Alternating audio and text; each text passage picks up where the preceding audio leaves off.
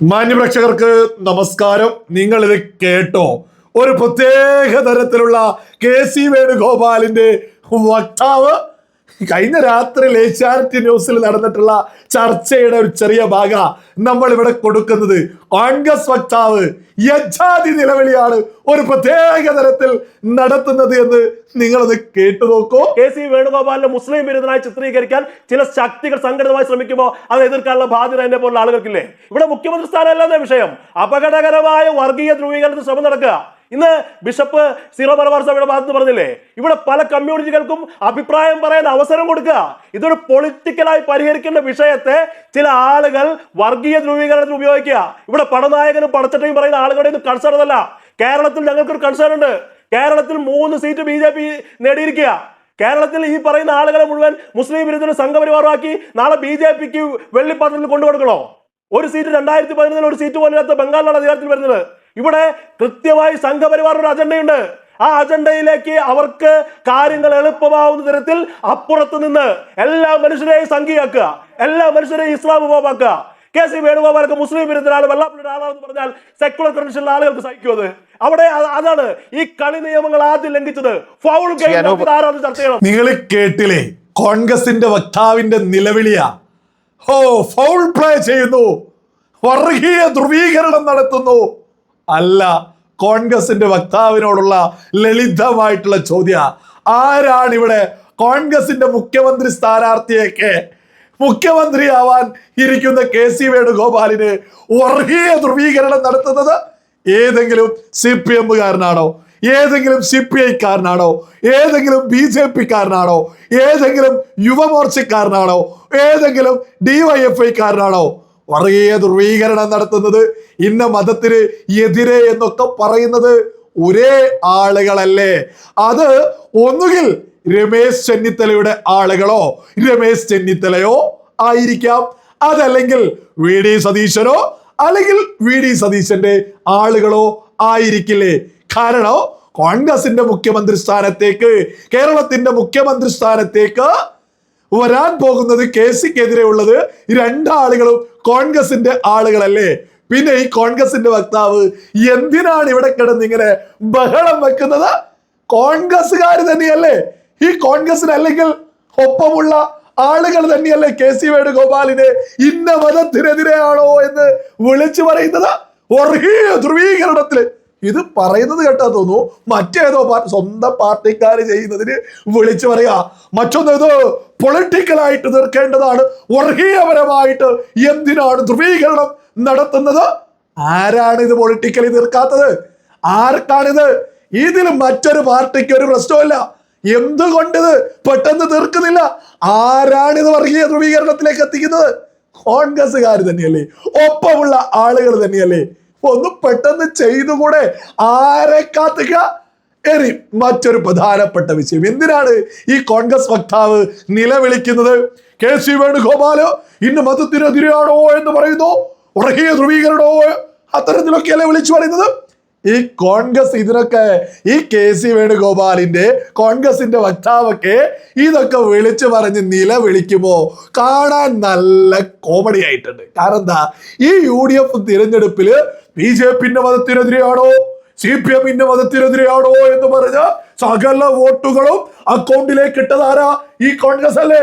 ഇതേ കോൺഗ്രസിലെ മുഖ്യമന്ത്രി സ്ഥാനാർത്ഥിയാവേണ്ട ആളെ ന്യായീകരിച്ച് പറയാ, ഞങ്ങളെ ഇന്ന മതത്തിനെതിരെയാണോ എന്ന് പറയുന്നു, അത് കള്ളത്തരമാണോ എന്ന്. കോൺഗ്രസ് ഈ ചർച്ചയിൽ പോലും ഈ വക്താവ് പറയുന്നില്ലേ ഇവിടെ BJP-ക്കാരാക്കണോ?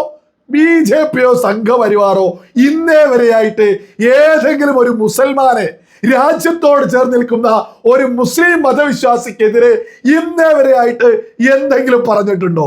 ഒരു തരത്തിലും പറഞ്ഞിട്ടില്ല. പക്ഷേ ഈ കോൺഗ്രസിന്റെ വക്താവിനെ പോലെയുള്ള കപടന്മാർ നിരന്തരം എന്ന് പറയോ ഇന്ന മതത്തിനെതിരെയാണോ എന്ന്. അതേ ആളുകള് കെ.സിക്കെതിരെ പറയുന്നോ എന്നൊക്കെ പറഞ്ഞ് നിലവിളി കേൾക്കുമ്പോ വിതച്ചതേ കൊയ്യൂ എന്ന് തന്നെയാ കോൺഗ്രസിന്റെ നേതാവിനോടൊക്കെ, കോൺഗ്രസിന്റെ വക്താവിനോടൊക്കെ തന്നെ വ്യക്തമായിട്ട് അങ്ങ് മുന്നോട്ട് വെക്കാനുള്ളത്. ഏതായാലും ഈ പറയുന്ന കെ.സി. വേണുഗോപാൽ വന്നാലും, ഈ പറയുന്ന VD സതീശൻ വന്നാലും, ഈ പറയുന്ന രമേശ് ചെന്നിത്തല വന്നാലും കേരള ജനതയ്ക്ക് ഒരു ഉപകാരമില്ല. ആ യാഥാർത്ഥ്യം. ഇതിൽ ആര് വന്നാലും അന്ന് തുടങ്ങിയില്ലേ അടുത്ത തല്ല്. ഏതായാലും മറ്റൊരു കാര്യം കൂടി, കേരള ജനതയുടെ മുഖത്ത് നോക്കി കൊഞ്ഞനെ കുത്തുന്ന മറ്റൊരു ഭാഗം കൂടി ഞാൻ ഇവിടെ കൊടുത്തു. നിങ്ങൾ നോക്കും, ഇവിടെ ഒരു പാർട്ടിക്ക് കൊടുത്ത മാൻഡേറ്റാ, 5 വർഷത്തേക്ക് പാർട്ടിക്ക് കൊടുത്ത മാൻഡേറ്റാ, പാർട്ടി തിരഞ്ഞെടുത്ത MLA മാർക്ക് കൊടുത്ത മാൻഡേറ്റാ. ആ മാൻഡേറ്റിനെ ഭീഷണിപ്പെടുത്താൻ ശ്രമിക്കുകയാണെന്നേ. കല്യാണ വീട്ടിൽ MLA മാർ കയറാൻ പറ്റില്ല എന്ന് പ്രചാരണങ്ങൾ അഴിച്ചുവിടാണ്. നിങ്ങൾ കേട്ടില്ലേ, പാർട്ടിക്ക് കൊടുത്ത കേരള ജനത പാർട്ടിക്ക് കൊടുത്ത. ഒരു കാര്യം ചെയ്താലോ, ഇനിയിപ്പോ ഗാന്ധി കുടുംബത്തിൽ ഒരാൾക്കാണ് അധികാരമില്ലാത്തത്. കോൺഗ്രസിന്റെ രാഹുൽ ഗാന്ധിയുടെ അളിയനുണ്ടല്ലോ, പ്രിയങ്ക ഗാന്ധിയുടെ ഭർത്താവായിട്ട് വരും. ഈ അടുത്തായിട്ടൊരു പ്രഖ്യാപനം നടത്തിയിട്ടുണ്ട്. റോബർട്ട് വാദ്ര വ്യക്തമായിട്ട് പറഞ്ഞു ഇനി ഫുൾ ടൈം പൊളിറ്റിക്സിലേക്കാണ് എന്ന്. ഏതായാലും കേരളത്തിലെ ജനത വോട്ടൊക്കെ ചെയ്ത് വിജയിപ്പിച്ചല്ലോ. ആ വാദ്രയെ പിടിച്ചങ്ങ് മുഖ്യമന്ത്രിയാക്കും, ജനം നോക്കി നിൽക്കാം. ജാതി ഉളുപ്പില്ലായ്മയാ ഈ കോൺഗ്രസിന്റെ വക്താവൊക്കെ പറയുന്നത്. പാർട്ടിയെ വിജയിപ്പിച്ചോ, ഞങ്ങൾ വേണമെങ്കിൽ തോന്നിയ ആരെയും ആക്കൂ. കോൺഗ്രസ് ഒക്കെ KC വേണുഗോപാൽ ഹൈജാക്ക് ചെയ്ത് കഴിഞ്ഞതൊരു യാഥാർത്ഥ്യമാണ്. ഈ KC വേണുഗോപാലിന്റെ വക്താവാ കോൺഗ്രസ് വക്താവ് എന്ന് പറഞ്ഞിപ്പോ ചാനലുകളിലൊക്കെ തന്നെ നിരന്തരം വന്നുകൊണ്ടിരിക്കും. സകലരും ഈ പറയുന്ന KC വേണുഗോപാലിന് വേണ്ടി വാദിക്കുക.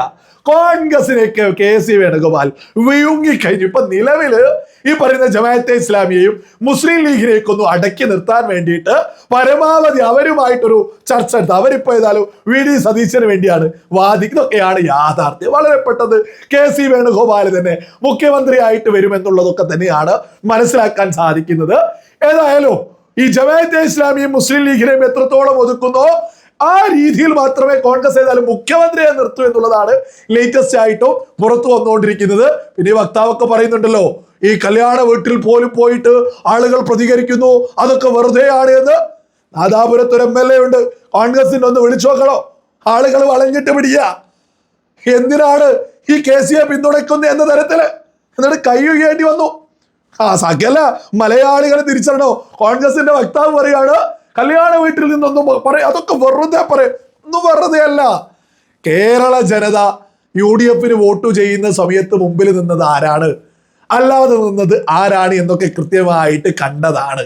അതൊരു വലിയ യാഥാർത്ഥ്യം. ഇപ്പൊ പ്രത്യേക തരത്തിലുള്ളൊരു നിലവിളിയുമായിട്ടാണ് KC വേണുഗോപാൽ ഇന്ന മതത്തിനെതിരോ എന്ന് പറയുന്നു, ഞാൻ വഖഫിനിറങ്ങിയിരുന്നു, ഞാൻ അപ്പുറത്തിറങ്ങിയിരുന്നു, ഞാൻ ഇപ്പുറത്തിറങ്ങിയിരുന്നു എന്നൊക്കെ വിളിച്ചു പറയാൻ ഇത്തരം കോൺഗ്രസ് നേതാക്കന്മാർക്ക് വക്താക്കന്മാർക്ക് കൃത്യമായി നിർദ്ദേശം കൊടുത്തപ്പോ ചാനലിലൂടെ ഇങ്ങനെ KC വേണുഗോപാൽ വിട്ടോണ്ടിരിക്കുക, ഞങ്ങൾ ചേർത്ത് പിടിക്കുക, ഞങ്ങൾ ചേർത്ത്. ഏതായാലും കോൺഗ്രസിന് ഈ ജാതി ഒരു ഗതികേട് വന്നതിൽ ഏതായാലും അത് നന്നായിട്ടുണ്ട് എന്ന് പറയാനാ.